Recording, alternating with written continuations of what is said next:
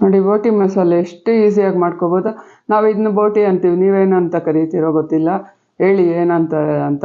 ಇದು ನೋಡಿ ತಗೊಂಡು ಇದು ಸೆಂಟ್ರಿಗೆ ಒಂದು ಚಾಕು ತಗೊಂಡು ಸೆಂಟ್ರಿಗೆ ನೋಡಿ ಎಷ್ಟು ನೀಟಾಗಿ ಬಂದುಬಿಡುತ್ತೋ ಪೀಸ್ ಮಾಡಿಕೊಂಡು ಬೋಟ್ಗಳ ಥರ ಈ ಥರ ಮಾಡಿಟ್ಕೋಬೇಕು. ಎಲ್ಲನೂ ಈ ಥರ ಮಾಡಿಟ್ಕೋಬೇಕು. ಟೊಮೊಟೊ, ಆಮೇಲೆ ಇದು ನೋಡಿ ಈರುಳ್ಳಿ, ಕ್ಯಾರೆಟ್ ತುರಿ, ಕೊತ್ತಂಬರಿ ಎಲ್ಲನೂ ಹಾಕ್ಬಿಟ್ಟು ಈ ಕಡಲೆ ಬೀಜ ಫ್ರೈ ಮಾಡಿದ್ದೀವಲ್ವ ಅದನ್ನೂ ಸ್ವಲ್ಪ ಹಾಕ್ಕೋಬೇಕು. ಇದು ನೋಡಿ ಹೆಸರುಬೇಳೆ, ಫ್ರೈ ಮಾಡಿರೋ ಹೆಸರುಬೇಳೆ.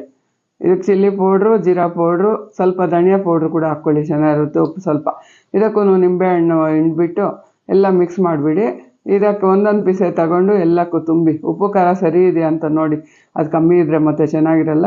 ಇದು ನೋಡಿ ಈ ಥರ ತುಂಬಿಬಿಟ್ಟು ಒಬ್ಬೊಬ್ರಿಗೆ 4-5 ಸರ್ವ್ ಮಾಡಿ, ಇಲ್ಲ ಪುರಿ ಜೊತೆ ಕೊಡೋದಾದರೆ ಇದೊಂದು 3 ಅದೊಂದು ಸ್ವಲ್ಪ ಹಾಕ್ಕೊಡಿ, ತುಂಬಾ ರುಚಿಯಾಗಿರುತ್ತೆ. ಇದು ನಾವು ಈ ಮಸಾಲೆ ಇಟ್ಮೇಲೆ ಹಂಗಂಗೆ ಬೇಗ ಬೇಗ ತಿಂದುಬಿಡ್ಬೇಕು, ಪಾನಿಪುರಿ ಥರ ಚೆನ್ನಾಗಿರುತ್ತೆ. ಮಾಡ್ಕೊಂಡು ನೋಡಿ. ಇಷ್ಟ ಆಯ್ತಾದರೆ ಲೈಕ್, ಶೇರ್.